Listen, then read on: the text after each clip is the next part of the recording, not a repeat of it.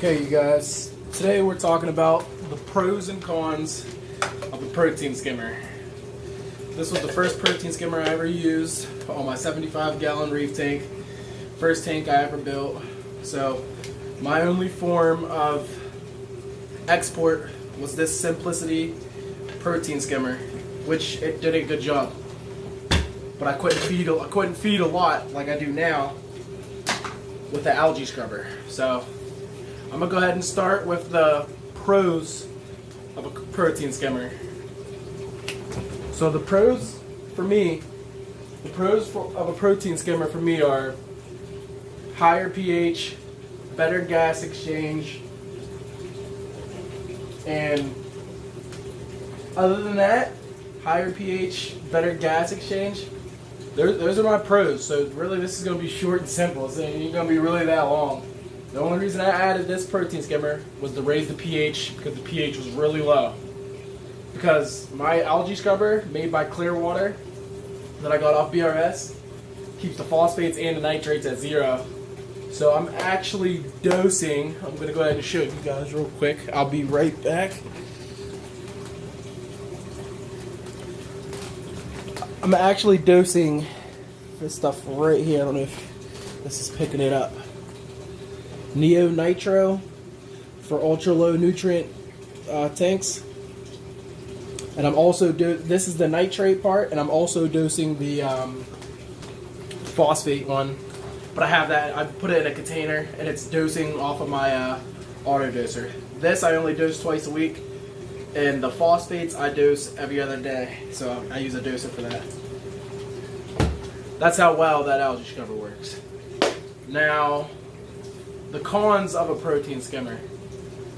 Cons of a protein skimmer are you don't know what a protein skimmer is actually taking out of your tank. You just don't know what it's taking out. When I first set this protein skimmer up, as I told you, my phosphates were 0, my nitrates were 0.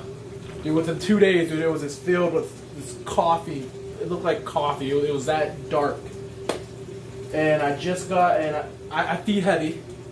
I feed really heavy. And when I put my food in the tank, like for the fish, the flakes and the pellets, I'm going to show you how I feed my fish. I actually let the food, I don't let the overflow take the food out of the tank because that's pointless. What's the point of buying food if you're just going to let the overflow take it all out? So when I feed my tank, I'm going to show you how I do it. I actually make sure the food goes in, so I make sure I put my hands in the tank a little bit. And I actually let the fish get up my hand like this. Just like that, phosphates get right out my hand. All the fish. And then the food actually goes in and blows around. Corals get some of it. The bottom feeders get some of it. That's the goby. And that's how I feed my fish.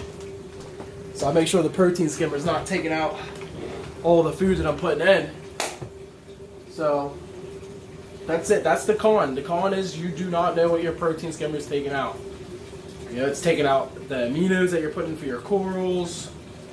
You know, the stuff you don't want it to take out. You know, because your corals like those little, you know, some of that dissolved organics. You know what I mean? That's good for acros and certain corals. So that's the only con, and that's why. I guess you could dose acro power or do refluids more often.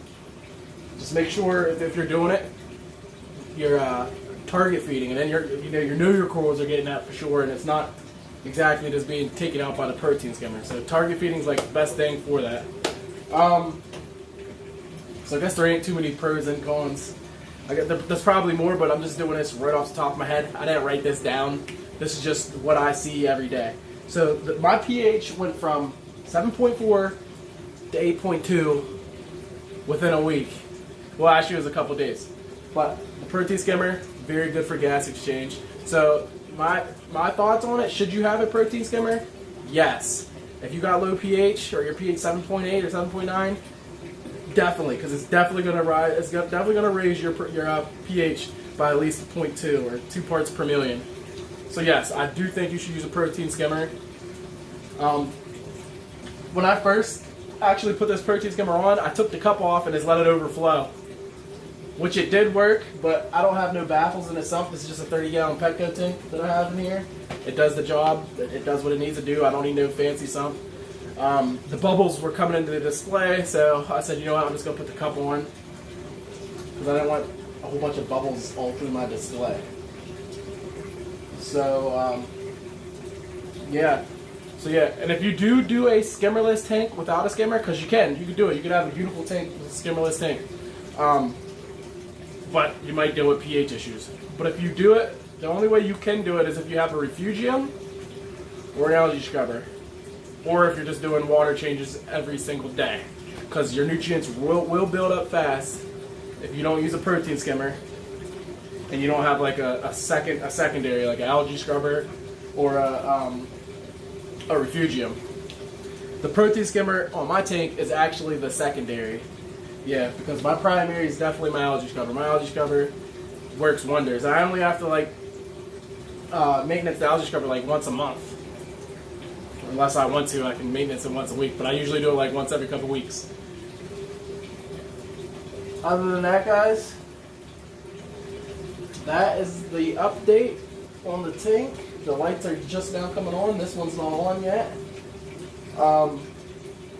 You guys have a blessed day. See you guys later.